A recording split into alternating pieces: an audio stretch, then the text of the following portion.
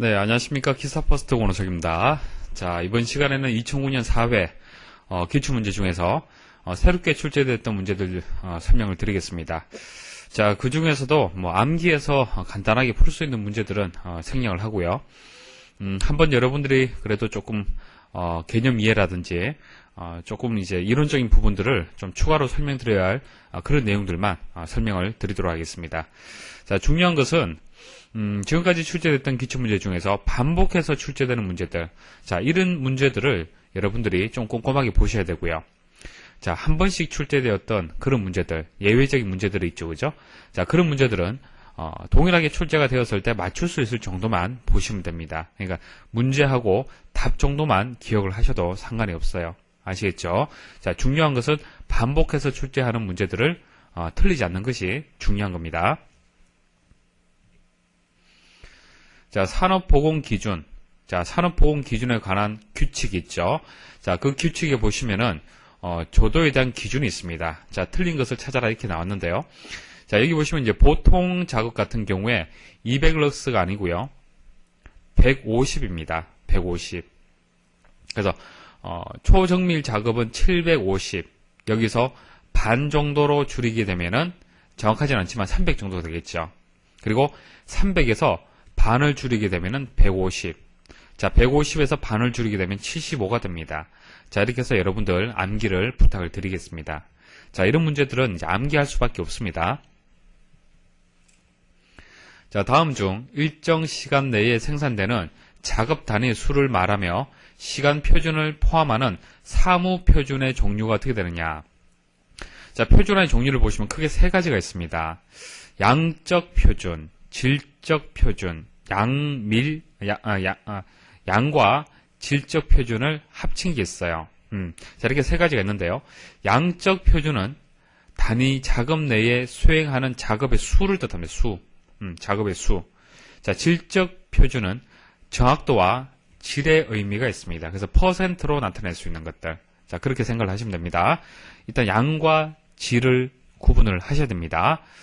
자, 여기 보시면은 작업 단위 수라고 얘기를 했습니다. 그렇기 때문에 양 표준이 정답이 되겠습니다. 업무상 저작물의 저작 재산권은 언제부터 70년간 존속하는가? 자, 일단 그 저작 재산권의 이제 그 보호기간을 일단 70년이다라는 이 수치를 일단 기억을 하셔야 됩니다. 자, 이게 잘 출제가 되죠. 자, 일단 저작권법에 보시면은 저작재산권의 이제 보호 기간이 있습니다. 이제 그 기간을 보시면은 이제 50년에서 70년으로 이제 개정이 되었습니다. 자, 70년의 숫자를 꼭 기억을 하셔야 되고요. 그래서 사람인 경우에는 생존하는 동안, 그리고 사망 후 70년간이 이제 존속 기간이 되는 거고요. 자, 업무상 저작물 같은 경우에는, 자, 사람일 경우에는 사망이라는 단어를 쓸 수가 있지만은, 이제 업무상 저작물 같은 경우에는 그렇게 좀, 정하기는 어렵지 않습니까? 그래서 공표한 때부터 70년간 존속이 되는 겁니다. 그래서 공표한 때부터라고 했기 때문에 공표된 다음 연도 이거 아니죠. 그리고 등록은 해당 사항이 없고요. 자, 공표한 때부터 라는 답안이 정답이 되겠습니다.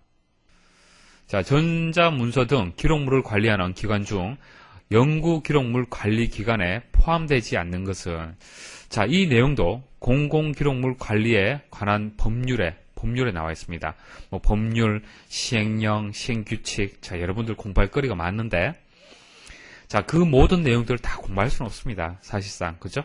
그래서, 한번 출제되었던 문제들을, 여러분들 맞출 수 있도록 그렇게 학습을 하시면 되겠습니다.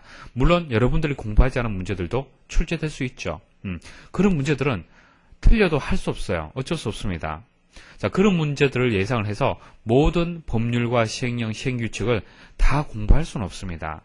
현실적으로. 그죠? 그래서 여기 보시면은, 3조에 보면은 내용이 나와 있습니다.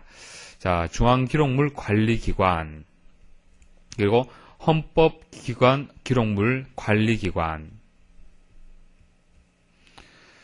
자, 그리고 지방기록물 관리기관, 자, 여기는 없죠. 그리고 대통령기록관, 자, 이렇게 해서 이제 네 가지가 있습니다. 자, 네 가지를 기억을 하셔야 됩니다.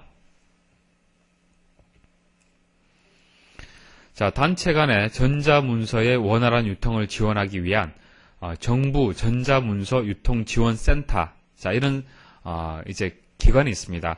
이런 조직이 있는데, 자, 검색을 하시면 사이트가 있어요. 해당 사이트가 있습니다. 그 사이트에 가서 어떤 업무를 하는지를 확인을 해보시면요. 거기서 아닌 것이 있습니다. 자, 나머지는 맞다라고 한번 읽어주시면 되고요.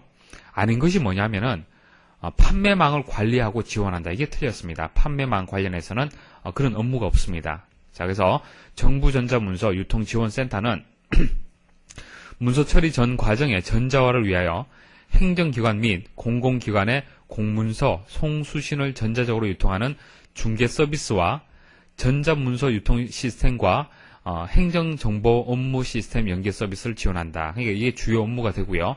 이런 업무들도 하는데 판매망하고는 관련이 없다. 자, 그렇게 기억을 하십시오.